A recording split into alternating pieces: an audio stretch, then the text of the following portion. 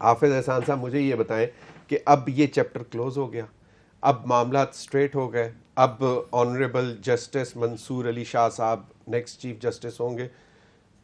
अच्छा, बिस्मिल्लाह ज़मीर, एक तो चीज़ ये है कि जो एक सारी प्रेडिक्शंस की जा रही थी या एक नैरेटिव जो क्रिएट किया जा रहा था या एक स्टैंस जो लिया जा रहा था इस सारी कॉन्स्टिट्यूशनल अमेंडमेंट्स जो हैं उनको कॉन्ट्रडिक्ट करने के लिए, उनको डेविएट करने के लिए, वो ये था कि शायद जो आउट गोइंग चीफ जस्टिस हैं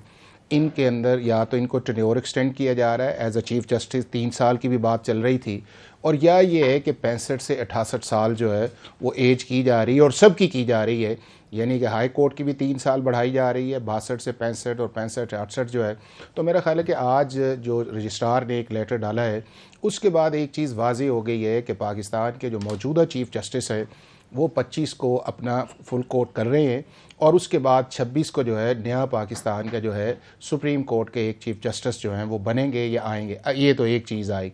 दूसरा, उस चीज़ के अंदर जो आपने सवाल किया है कि जी जस्टिस मंसूर का, तो जस्टिस मंसूर की ज़मीर बात उस वक्त आएगी जब आपके मुल्क के अंदर ये चीज़ सेटल डाउन होगी कि पाकिस्तान के अंदर जो प्रपोज कॉन्स्टिट्यूशन अमेंडमेंट्स है जिन 4 एरियाज़ के अंदर जा रही हैं, एक आपकी जुडिशल अपॉइंटमेंट्स हैं, एलिवेशन ऑफ जजेस ऑफ द हाई कोर्ट के चीफ जस्टिस की एलिवेशन, उसके बाद सुप्रीम कोर्ट के जजेस की एलिवेशन, और उसके बाद जो है पाकिस्तान के जो सुप्रीम कोर्ट के चीफ जस्टिस है उनको आपने नॉमिनेट किस तरह करना और सर्टेन प्रोसेस जो है nominate. This is new for me, मतलब अभी तक जो है इसका मतलब है कि जो आईनी तरामीम आ रही हैं उसमें वही एक जो फार्मूला होगा कि पैनल ऑफ जजेस, ऑनरेबल जजेस के नाम जाएंगे और फिर वो उसमें से सिलेक्ट किया जाएगा एक नाम। अभी अभी होंगे जिस तरह कांग्रेस नहीं उस पर नहीं है ज़मीर। अभी तो इस तरह ये है कि अभी तो जो हमारे कॉन्स्टिट्यूशन के अंदर 2010 के अंदर जो अमेंडमेंट आई है कि सीनियर मोस्ट चीफ जस्टिस प्योने जज जो हैं वो आपके चीफ जस्टिस ऑफ पाकिस्तान होंगे। अब ये है कि जो अमेंडमेंट्स आ रही हैं चूँकि सर्टेन टीयर्स के अंदर जो प्रपोज कुछ आपके सामने भी आई हैं, कुछ मेरे पास भी आए हैं, तो वो जो पैनल एक बनेगा उसको जाएगा आपकी नेशनल असम्बली की एक कमेटी बनेगी जो 8 मेंबर्स पे है और वो रिकमेंड करेगी। अब अभी तक इशू ये है कि वो पैनल जो है वो 3 का होना चाहिए या 5 का होना चाहिए या 6 का होना चाहिए, क्योंकि इंडियन सुप्रीम कोर्ट के जब चीफ जस्टिस लगते हैं तो 6 है, किसी मुल्क के अंदर 5 भी लगते हैं, किसी मुल्क के अंदर 3 भी लगते हैं। अब वो जो पैनल है जब वो बनेगा जो आपकी सीनियरिटी लिस्ट की बुनियाद पे है, अगर ये अमेंडमेंट्स जो हैं वो पास होती हैं तो उसके बाद वो नेशनल असम्बली की जो कमेटी जो प्रपोज के अंदर आई है वो नाम भिजवाएगी प्राइम मिनिस्टर को और प्राइम मिनिस्टर एक रिकमेंडेशंस अपनी देंगे उन जो आएगी और उसके बाद प्रेसिडेंट ऑफ पाकिस्तान उसको नोटिफाई कर देगा। अच्छा चले, मुझे इस पर मजीद भी बात करते हैं। मुझे एक बात क्विकली बता दें, ये सुनो कि काजी फायज ईसा साहब एक दरवाजे से एग्जिट लेंगे रिटायरमेंट का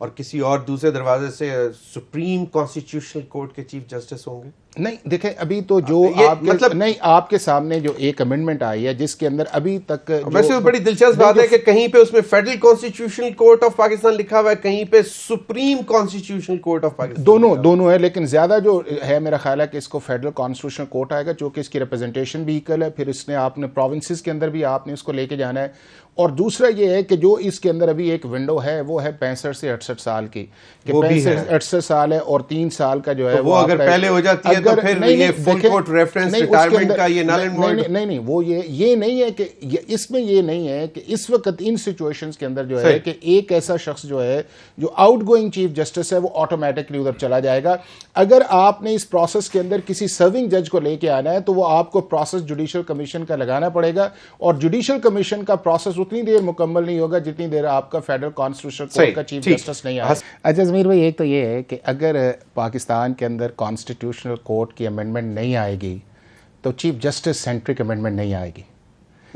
आपका ये जो सारा प्रोसेस है वो सिर्फ इस वजह से इनिशिएट किया जा रहा है कि COD के अंदर एक चीज़ तय हुई, दुनिया के 70 ममालिक के अंदर इशू 200 केसेस का नहीं है। ये अगर आप देखें तो ये है कि आपकी फेडरल कॉन्स्टिट्यूशनल कोर्ट के साथ साथ आपकी प्रोविंशियल कोर्ट्स भी बनेगी जिसके अंदर आपका मेजर चंक पड़ा हुआ है, और उसके बाद कॉन्स्टिट्यूशनल कोर्ट वो बनेगी, फिर डिस्ट्रिक्ट जुडिशरी आएगी, और वो जो एक इम्बैलेंस हुआ है पाकिस्तान के आम आदमी लिटिगेशन के अंदर या और ये जो गवर्नमेंट की लिटिगेशन है या पॉलिटिकल पार्टीज की लिटिगेशन है उसको आपने किसी न किसी जगह एक रास्ते पे लेके जाना है ताकि आपका रेगुलर क्रिमिनल सिविल और गवर्नेंस सिस्टम जो है वो चलता रहे। अब ये है कि क्या ये जो एक्सपीरियंस होने जा रहा है ये कोई अनप्रेसिडेंटेड है। हमने थोड़ा सा इसको कंट्रोवर्शियल कर दिया है, जस्टिस फायज ईसा का नाम नाम लेके और जस्टिस मंसूर का नाम लेके और सुप्रीम कोर्ट के जजेस का नाम लेके कि शायद ये ख्वाहिश है किसी की कि ये ना आए या बेंच की तरफ चला जाए। बात सीधी सी है कि पर्सन स्पेसिफिक नहीं है। अगर ये पर्सन स्पेसिफिक वाला मामला आता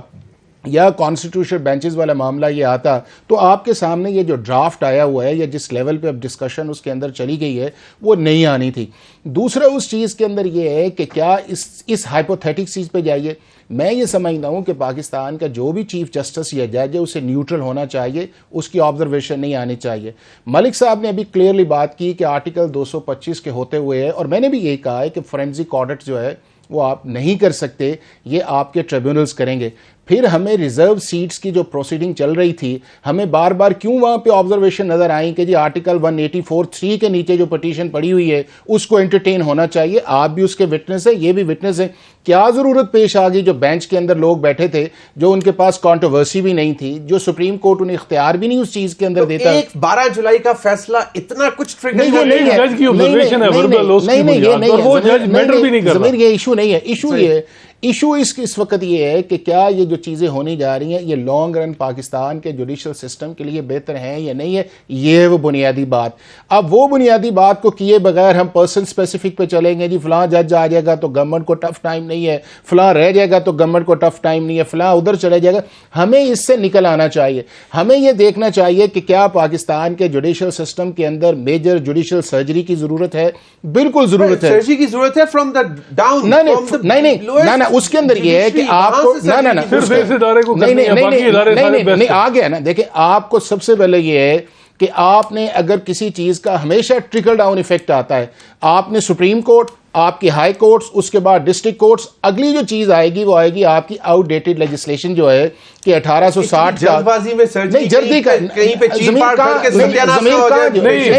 कहां जल्दी? मौलाना साहब भी कह रहे हैं इतनी नहीं देखें 2006 नहीं देखें 2006 से आपका एक आइडिया था कि कॉन्स्टिट्यूशनल कोर्ट बननी चाहिए। अब जिन 200 केसेस का ये नाम लेते हैं, पिछले 2 साल का या पिछले 12 साल का ये एक्सपीरियंस आप देख लें कि कितना टाइम इस पब्लिक इंटरेस्ट लिटिगेशन के अंदर जाके नंबर ऑफ जजेस बढ़ा दें, सुप्रीम कोर्ट में बढ़ा दें, हाई कोर्ट में बढ़ा दें। फिर आप कॉन्डक्ट पे क्या करेंगे ना, फिर कॉन्डक्ट आपने देखा ना कि आप जाते हैं, सुप्रीम कोर्ट कहती है कि मेरी जुरिस्डिक्शन है और आपको 63A के अंदर और जजमेंट आ जाती है। मैं किसी और केस के अंदर जाता हूं, सुप्रीम कोर्ट उसके अंदर को और जजमेंट दे देती है। फिर उस क्या सुप्रीम कोर्ट का काम पॉलिटिकल फैसिलिटेशन लफ्ज होता है इंटर एलिया, मतलब के नहीं इंटर एलिया तो देखिए ना, बहुत सारे केसेस ऐसे हो सकते हैं जो कि क्रिमिनल नेचर के भी हो। चले मुझे ये बताएं 1947 से लेके आज तक 2024 तक जो है, आप जरा वो जजमेंट्स बताएं जिसके ऊपर आप प्राइड करें कि ये पाकिस्तान की सुप्रीम कोर्ट ने बड़ी इंपॉर्टेंट जजमेंट्स दी हैं और ये जजमेंट आप जैसे वुकला जाके सारी जजमेंट्स को कोट करते हैं कि sir as per this judgement. जो कॉन्स्टिट्यूशनल कोर्ट जजमेंट्स हैं, जो कॉन्स्टिट्यूशनल जजमेंट्स हैं, वो मार्शल लॉ की आप जजमेंट्स देख लें, वो उसके बाद सिविल डिक्टेटरशिप की आप देख लें, और पिछले 10-12 साल के अंदर आप कॉन्स्टिट्यूशन को देख लेना। क्या किसी सुप्रीम कोर्ट के पास ये इख्तियार है कि पाकिस्तान के एक सर्विंग प्राइम मिनिस्टर को कहे कि मैं तुम्हें 1 मिनट की सजा देता हूं और घर चला जाए? उसके बाद आगे जो है लेके कौन कहेगा? छोड़े ना इस चीज को। क्या सुप्रीम कोर्ट का काम फिर ये काला कोट पहन के दोनों भाई गए? अच्छा, फिर उसके बाद पहले तो खुद माफी। अच्छा, क्या सुप्रीम कोर्ट का काम ये है कि 184(3) के अंदर इन्वेस्टिगेशन करे, इंक्विजिटोरियल जुरिसडिक्शन? वही कहा जा रहा है ना कि इसमें 184 from of the constitution article 184 stands deleted.